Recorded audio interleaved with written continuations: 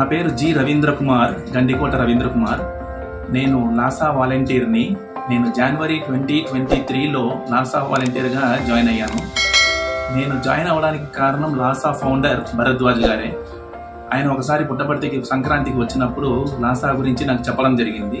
చెప్తే ఇది చాలా మంచి కాన్సెప్ట్, ఎవరికైనా మనము హెల్ప్ చేయగలుగుతాం కదా అనే ఉద్దేశంతో నేను ఏం చేశానంటే కనుక ఆయనతో ఈ వివరాలన్నీ కనుక్కుంటే ఆయన ఒక 1 యూనిట్ 108 రూపీస్ పర్ మంత్ ఇవ్వాలి సార్, అంతకన్నా ఇంకేం ఎక్కువ ఉండదు, దానికి కూడా రిసిప్ట్ మీకు వస్తుంది అని అన్నారు. ఇప్పుడు 108 రూపీస్ ఇవ్వడంతో ఎంత మంచి కాన్సెప్ట్ అని చెప్పేసి నేను జాయిన్ అయ్యాను.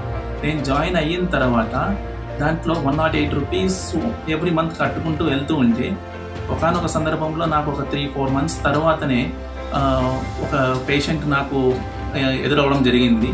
వాళ్ళకు నేను లాసా ద్వారా వాళ్ళకు సహాయం అందివ్వగలిగాను. అది అంతా కూడా వచ్చేసి లాసా ఫౌండేషన్ ద్వారానే జరిగింది. ఇదంతా చాలా జెన్యూన్గా జరిగే ఒక ప్రాసెస్ అంతా ఇది. సో దీంతో మిగతా వాలంటీర్స్ని కూడా చాలా మందిని చేర్పిస్తే గనక నాకు లాసా ఫౌండర్ భరద్వాజ్ గారు 9 మందితో ఇది స్టార్ట్ చేశారు అని చెప్పడం జరిగింది. దాంతో ఇప్పుడు ఆల్మోస్ట్ 10,000 పైన వాలంటీర్స్ అయ్యారు. సో 10,000 అంటే వాలంటీర్స్ పెరిగే కొద్దీ మనం ఎక్కువ యాక్టివిటీస్ చేయగలుగుతాము. సో దీంట్లో చేరడం వలన ఏంటి లాభము, ఏం కథ అనేది నాకు బాగా ఐడెంటిఫై అయ్యిందనమాట. అయిన తర్వాత లాసాలో ఎవరిని చేర్పించాలి అన్న ఉద్దేశంతో నేనేం చేశాను, ఫస్ట్ నా ఫ్యామిలీ మెంబర్స్ని చేర్పించాను. అంటే నా భార్య, నా అన్న, తమ్ముడు, అమ్మ, నాన్న, అక్క, చెల్లెలు, బావ, బావమరిది, ఇట్లాంటి అందరినీ చేర్పించుకుంటూ వచ్చాను. దాని ద్వారా ఆ తర్వాత ఏం జరిగిందంటే కనుక ఎవరెవరికి మా ఎదురుట పడుతూ ఉన్నారో పేషెంట్స్, వాళ్లకు మేము ఈ ఒక్కొక్క యూనిట్ ద్వారానే ఒక్కొక్కరి తరపున ఒక్కొక్క పేషెంట్కి మేము సహాయం చేస్తూ ఉంటే ఎంతో ఆనందంగా ఉండడంతో ప్రతి ఒక్కరి ఆ తర్వాత పేషెంట్స్ లబ్ధి పొందిన వాళ్ళు కూడా మేము కూడా దీంట్లో చేరతాం సార్, అట్లా ఒకరికొకరు చేరడంతోనే నేను ఇంతమందిని ఒక 40 మందిని చేర్పించగలిగాను ఇంతవరకు, ఇంత తక్కువ స్థాయి టైంలో.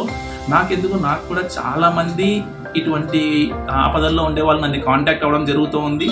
నేను కూడా వచ్చేసి వాళ్ళకు లాసా ఫౌండేషన్ని మనం వాళ్ళకి చేరుకుంటే కనుక వాళ్ళు మనకు సహాయం అందిస్తూ ఉన్నారు.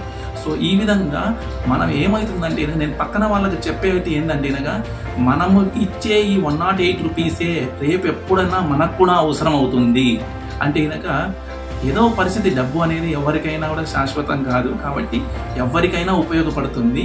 వాళ్లకు ఈవెన్ మనకే అది అవసరమైనా కూడా లాసా ఎప్పుడు రెడీగా ఉంటుంది హెల్ప్ చేయడానికి. మనం ఆపదలో ఉన్నప్పుడు హాస్పిటల్ కానీ లేదంటే స్కూల్కి కానీ లేదంటే కనుక మనం ఏదైనా హెల్ప్ చేయాల్సిన ఉద్దేశం వచ్చినప్పుడు కూడా వాళ్లకు ఈ లాసా ద్వారా మనం ఖచ్చితంగా సహాయం అందించగలుగుతాము. ఇంకా ఇక మీదట ఎంతోమందిని వాలంటీర్స్ని నేను చేర్పించాలని అనుకుంటూ ఉన్నాను. దీంట్లో ఈ అవకాశం నాకు ఇచ్చినందుకు లాసాకు అభినందనలు తెలియజేస్తున్నాను.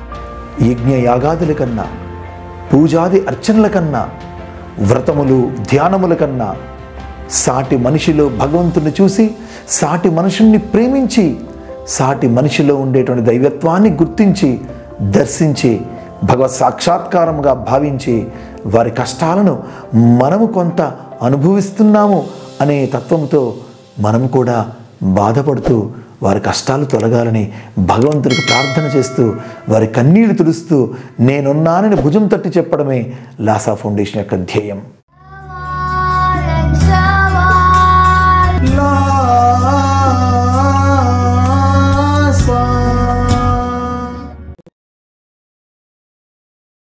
Like this video, share this video and subscribe to Lhasa Foundation YouTube channel and click on the bell icon for notifications. Do write your valuable comments and suggestions in the comment box and ask for more new videos on which subjects you want. Support Lhasa Mission.